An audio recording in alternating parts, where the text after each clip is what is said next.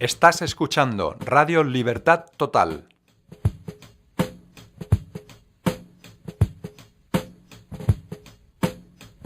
Porque el Señor es el Espíritu, y donde está el Espíritu de Dios, allí hay libertad.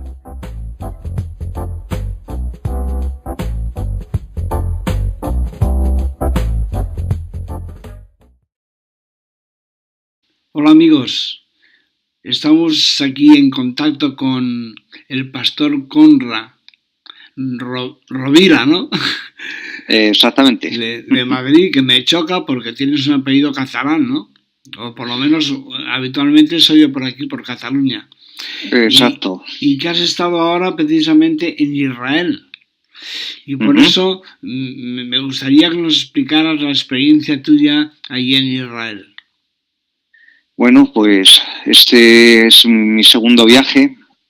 El primero lo hice hace 2 años con un grupo y abarcó todo lo que es el norte y el sur, desde Galilea hasta Masada y, por supuesto, el centro, Jerusalén. Y ese ha sido un viaje muy distinto porque es el primero que hago por mi cuenta y gracias a Dios que entre el inglés y el hebreo moderno pues me he podido manejar muy bien. Y es el primero, pues el que he alquilado una habitación por el B&B allí en el centro de Jerusalén y he podido disfrutar de una semana allí, a mi aire, sin prisas, moviéndome por todas partes, viviendo como viven los israelíes y, por supuesto, gastando mucho tiempo en ver todos los sitios tan interesantes e importantes que hay allí. Bueno, y Conrad, explícanos algunos sitios que has visto. Bueno, pues el primer sitio y el que más he visitado ha sido el Kotel. El Kotel es el famoso muro de las lamentaciones, que es lo poco que queda de lo que eran una de las murallas laterales de la base del templo de Herodes, y es la única zona que está bajo soberanía israelí, por eso es tan amada por el pueblo judío, porque el resto de lo que era el templo de Salomón, tanto en murallas, porque es contiguo a lo que es el barrio árabe musulmán, como la explanada, que es la parte de arriba, está bajo la soberanía del Consejo Musulmán de la explanada del templo.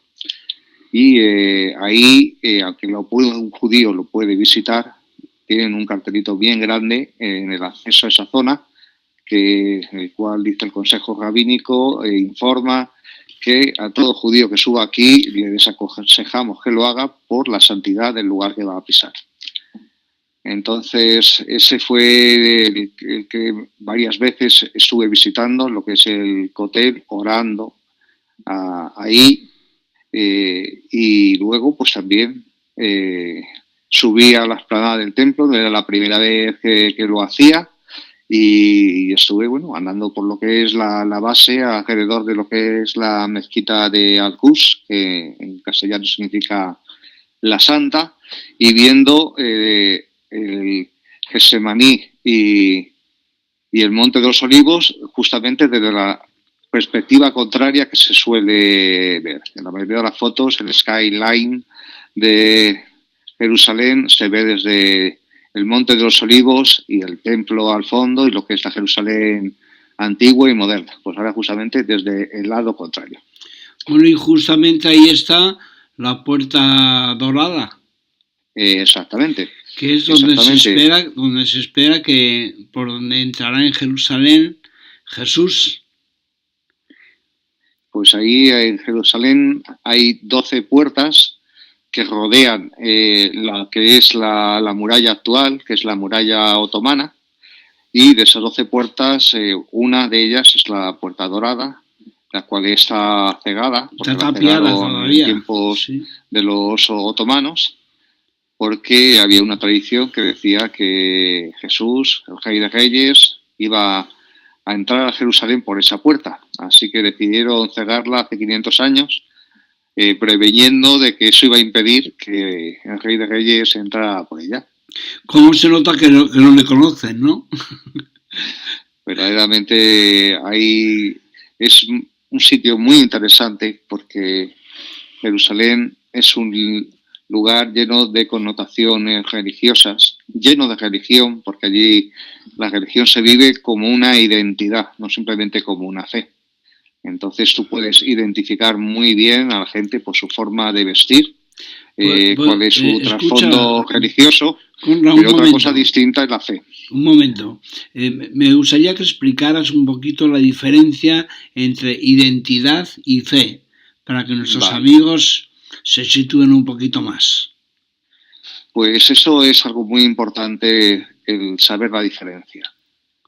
Una cosa es la identidad religiosa, es por así decirlo, la forma, el molde que contiene la fe o que no la contiene. Entonces la gente edifica su identidad religiosa en base a una serie de tradiciones que ha recibido, en base pues, a una herencia que puede ser genética, porque tus padres creyeron en los padres de tus padres, y otra cosa es la fe, que es una decisión personal y además es una relación. Entonces Jesús hablaba de tener una relación con Dios y no hablaba tanto de una transformación de la religión, porque al fin y al cabo la religión tiene mucho más de humano que de divino. Y eso es el problema mismo que vemos en Jerusalén, donde hay tantas religiones ahí dentro peleando las unas con las otras y enfrentándose, que cuando tú estás allí disfrutas del sentido espiritual que tiene todo, pero también te entristece de la gran división, separación, enfrentamientos y ceguedad que ves en muchas personas que dicen que creen en Dios y que le siguen.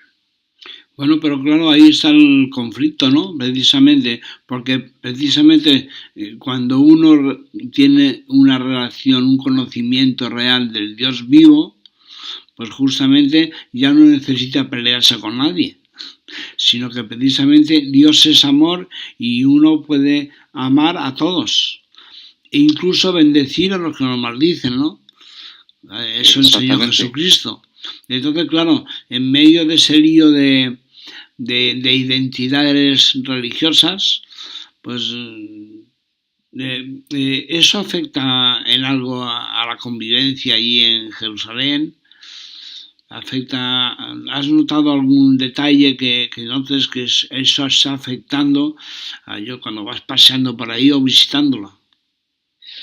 Pues sí, afecta en la forma en la cual te trata a las personas. Es decir, no es lo mismo que tú vayas con una kipá, este gorrito judío que llevan en la cabeza. No es lo mismo que vayas hablando en hebreo, porque eso significa que conoces por lo menos la cultura israelí, conoces el contexto judío. No es lo mismo que te dirijas a la gente como un turista o hablando en inglés o hablando en español. El trato que te van a dar va a ser distinto dependiendo de las comunidades en las cuales estés en ese momento, ¿no? Estás en el barrio árabe, el barrio musulmán, te van a aceptar de una manera distinta si te identifican como judío e israelí que como un turista cristiano y español. Y también viceversa. Es decir, en todo lo que es el barrio judío y la Jerusalén exterior, si tú te diriges a la gente hablando en hebreo, te ven con kipá y demás, te identifican como una parte más de lo suyo que no de ellos. Y Conrad, ¿cómo has visto que está Israel en este momento como pueblo, ¿no? La sociedad israelí, aparte de los conflictos que hay allí, que ya se saben, ¿no? En todos los aspectos, religiosos, políticos y sociales y tal, y con la amenaza del terrorismo por encima, ¿no? Pero ¿cómo has visto la sociedad israelí en cuanto se acercan a Dios, están lejos? Pues ahí hay varios elementos en toda esa ecuación. Una la gente verdaderamente religiosa, incluso entre los Haredim. Haredim significa los ultraortodoxos, aquellos que van generalmente vestidos de negro, de blanco, con sus distintas variantes. Hay una percepción de la inmediatez de la venida del Mesías. Y es algo muy interesante porque en todos los siglos que el judaísmo ha existido como religión separada, nunca ha habido una percepción tan fuerte de que los tiempos del Mesías se acercan y que están en tiempos proféticos. Entonces, tuve la oportunidad de poder hablar con distintas personas que pertenecían a varios de estos movimientos y ese sentimiento era común en todos de ellos. Otra cosa que tú pude participar también, que verdaderamente fue preciosa, estuve en una congregación judeo-mesiánica en la cual los creyentes en Yeshua, en Jesús, eran casi todos israelíes. El culto, por supuesto, en hebreo, con alguna parte en inglés. Y esa experiencia de ver a creyentes israelíes alabando a Dios en lengua hebrea, pues realmente fue algo muy hermoso. Y eso es una señal de que algo estaba pasando allí. Es decir, más y más personas están empezando a buscar a Dios de una forma distinta a como le han enseñado y están encontrando que su fe y su verdadera identidad por encima de la nacional y la tradicional está en creer en Yeshua, que por supuesto era judío, por supuesto era de Judea, y empiezan a ver como compatible la fe en Jesús, en Yeshua, con su propia identidad. O sea que ves que hay como si fuera una luz que cada vez es más fuerte, ¿no? Exactamente.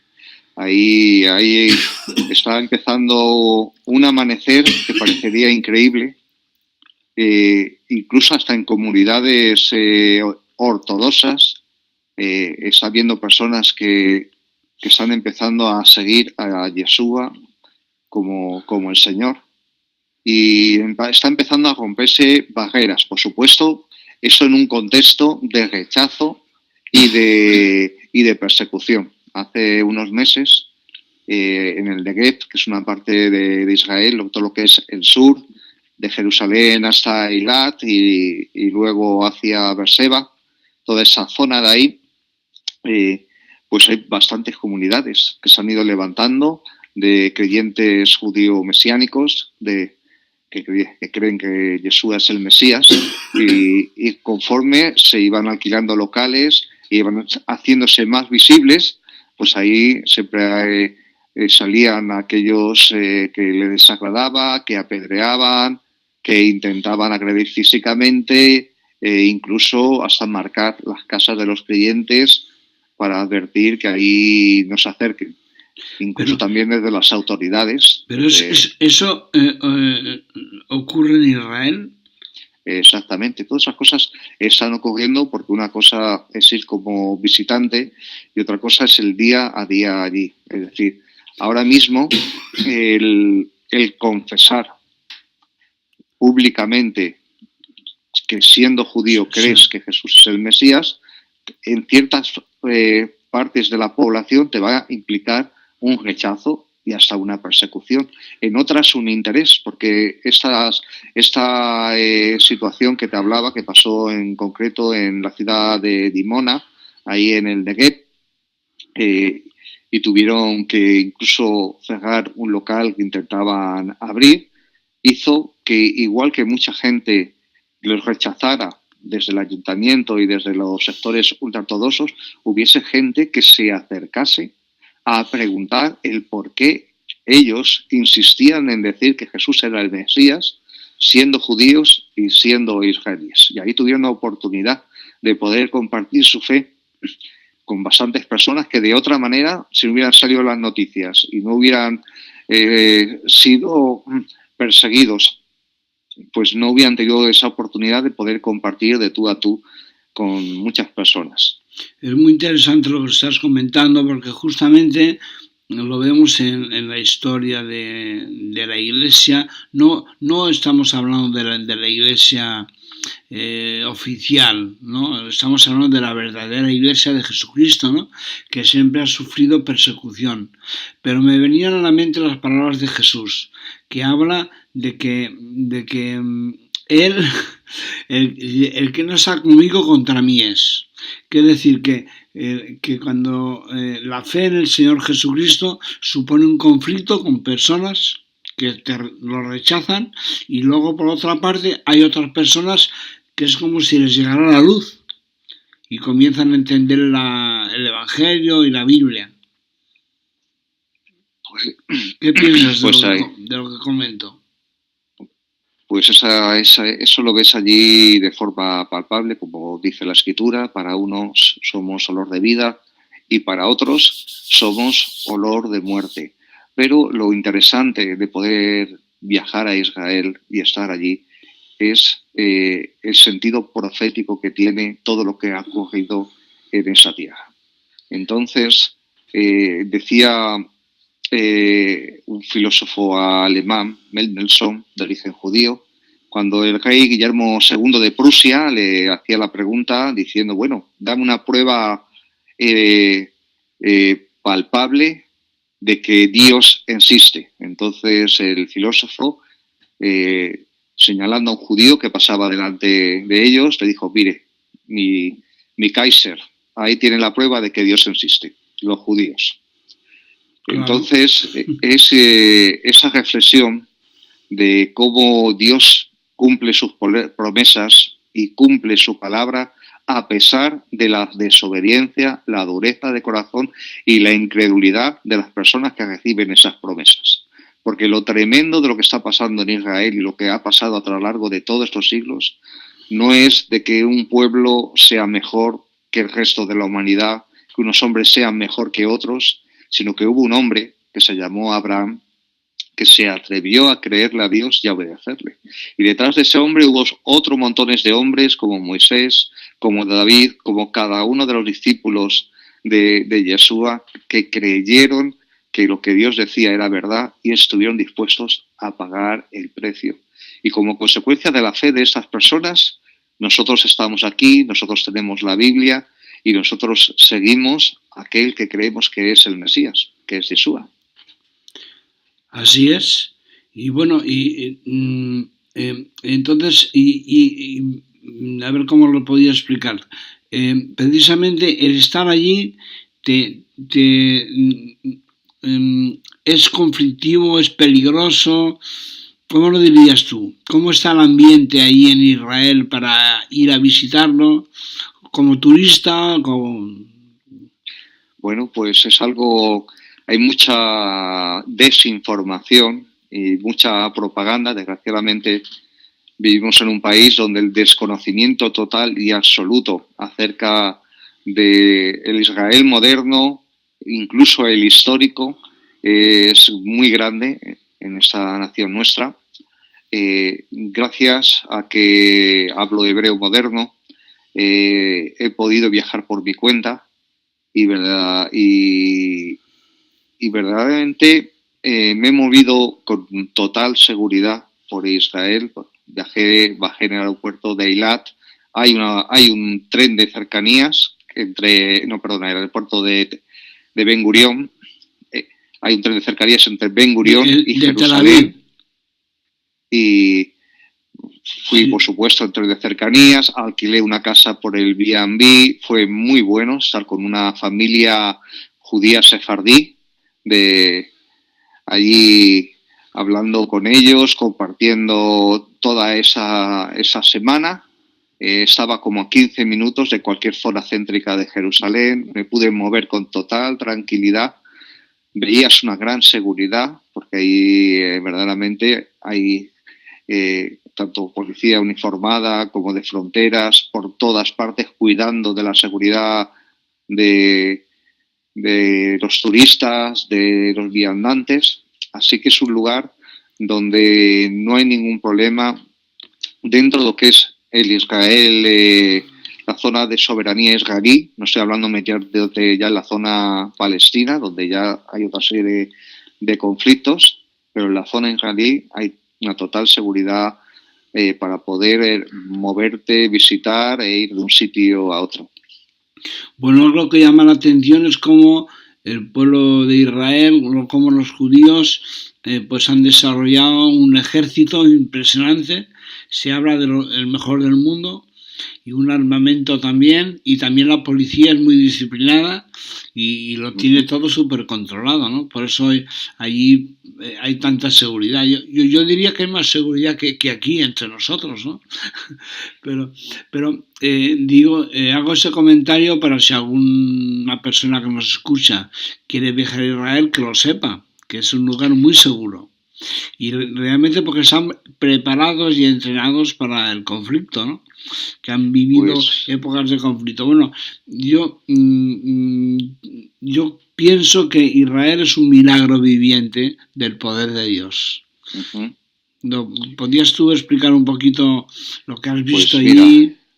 Verdaderamente, una de las cosas que ves constantemente cuando estás allí es cómo Dios cumple sus promesas. En primer lugar, prometió que aunque fuesen expulsados entre las naciones, algún día sonaría el sonido de la trompeta, del shofar, llamándolo a todos los hijos de Israel a volver a su tierra, la tierra que Dios le prometió a un hombre, a Abraham, que le dijo que esa tierra sería para él y para sus descendientes. Y 3.500 años después de esa promesa, de forma totalmente milagrosa, el pueblo de Israel desde todas las naciones volvieron y se establecieron allí de nuevo. De tal manera, lo que pasó en 1948, si lo pudiésemos señalar en términos proféticos e espirituales, fue algo tremendo, por lo cual muchos creyentes en la Biblia consideran que los tiempos que Jesús decía del fin empezaron a partir de esa fecha. Por supuesto que lo que ha ocurrido ya en el mismo Israel. Escucha una cosa, antes que se me pase, has usado varias veces la palabra profético. ¿Podrías explicarlo para nuestros amigos radioyentes? Porque nosotros es habitual, ya lo conocemos, pero mucha gente no sabe lo que quiere decir. Claro, cuando hablamos de tiempos proféticos, estamos hablando de tiempos que fueron profetizados por los hombres de Dios de la Biblia. Entonces, una de las señales de que la Biblia es la palabra de Dios es el cumplimiento de todas y de cada una de las palabras que fueron dichas por estos hombres acerca de eventos que iban a ocurrir en el futuro. Por supuesto, estos versículos que he estado citando los profetizó un profeta que se llamaba el profeta Isaías, cerca de 700 años del nacimiento de Jesucristo, y ahí estaba hablando ya no solamente de la venida del Mesías, que nacería en Belén de Judea, que sería de una virgen, sino también de cosas que le iban a pasar al pueblo de Israel, como el que lo iban a rechazar, iban a ser llevados a la dispersión y algún día volverían de nuevo a su tierra. Entonces, cuando uno conoce la palabra de Dios, identifica cómo tantas y tantas palabras que fueron dichas, que iban a ocurrir, se están cumpliendo ahora.